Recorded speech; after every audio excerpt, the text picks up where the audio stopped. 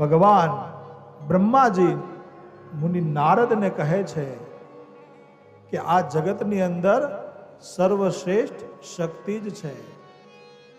હું બ્રહ્મા સર્જન કરું છું, વિષ્ણુ ભગવાન પાલન કરે છે અને રુદ્રદેવ સંહાર કરે છે.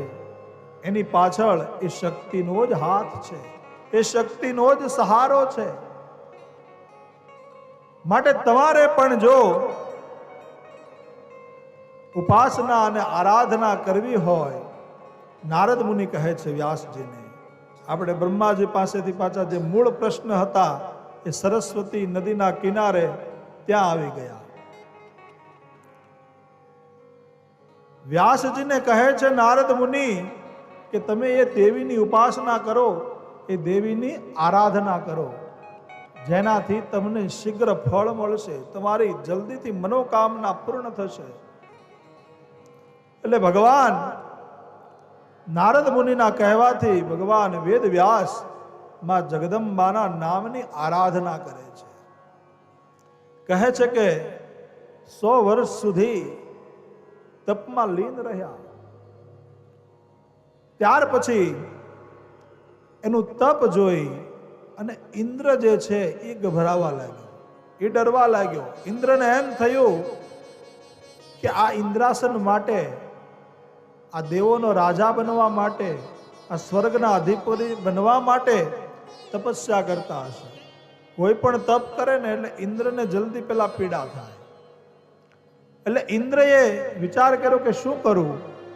તો ઇન્દ્ર ભગવાન શંકર પાસે જાય છે. શંકર ભગવાનને એમ કહે છે કે વ્યાસજી તપ કરે છે, શું કામ કરે છે? શંકર ભગવાન કહે કે ભાઈ એને પુત્ર જોવે છે અને બીજું કાંઈ નથી જોતું, એને આ ઇન્દ્રાસન કે એવી કાંઈ લાલચા નથી, તું ચિંતા કરમાં, તને શું તકલીફ થાય છે?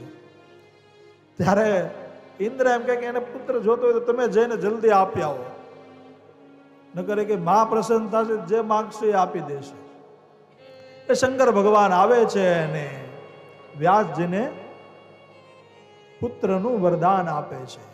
વરદાનની પ્રાપ્તિ કરી અને વ્યાસજી પોતાના આશ્રમે આવી જાય છે. આશ્રમે આવે છે અને એક વખત યજ્ઞ કરવા માટે, અગ્નિને પ્રજ્વલિત કરવા માટે અરણી મંથન કરતા હોય, કાષ્ટને ઘસી, લાકડાને ઘસીને જે અગ્નિ પ્રગટ કરતા યજ્ઞ માટે, એને અરણી મંથન કહેવાય. અને એ તો એનું રોજનું કામ હતું યજ્ઞ કરવા માટે. અને કોઈ પણ કામ તમને ગમે એટલું મુશ્કેલ લાગતું હોય, ગમે એટલું તમને મુશ્કેલ લાગતું હોય, પરંતુ રોજ એ કામ કરવાથી માણસ એમાં પારંગત થઈ જાય છે. મુશ્કેલ લાગતું કામ તમે રોજ કર્યા કરો ને તો એમાં આપણી ભાષામાં કહીએ તો એક્સપર્ટ થઈ જાય.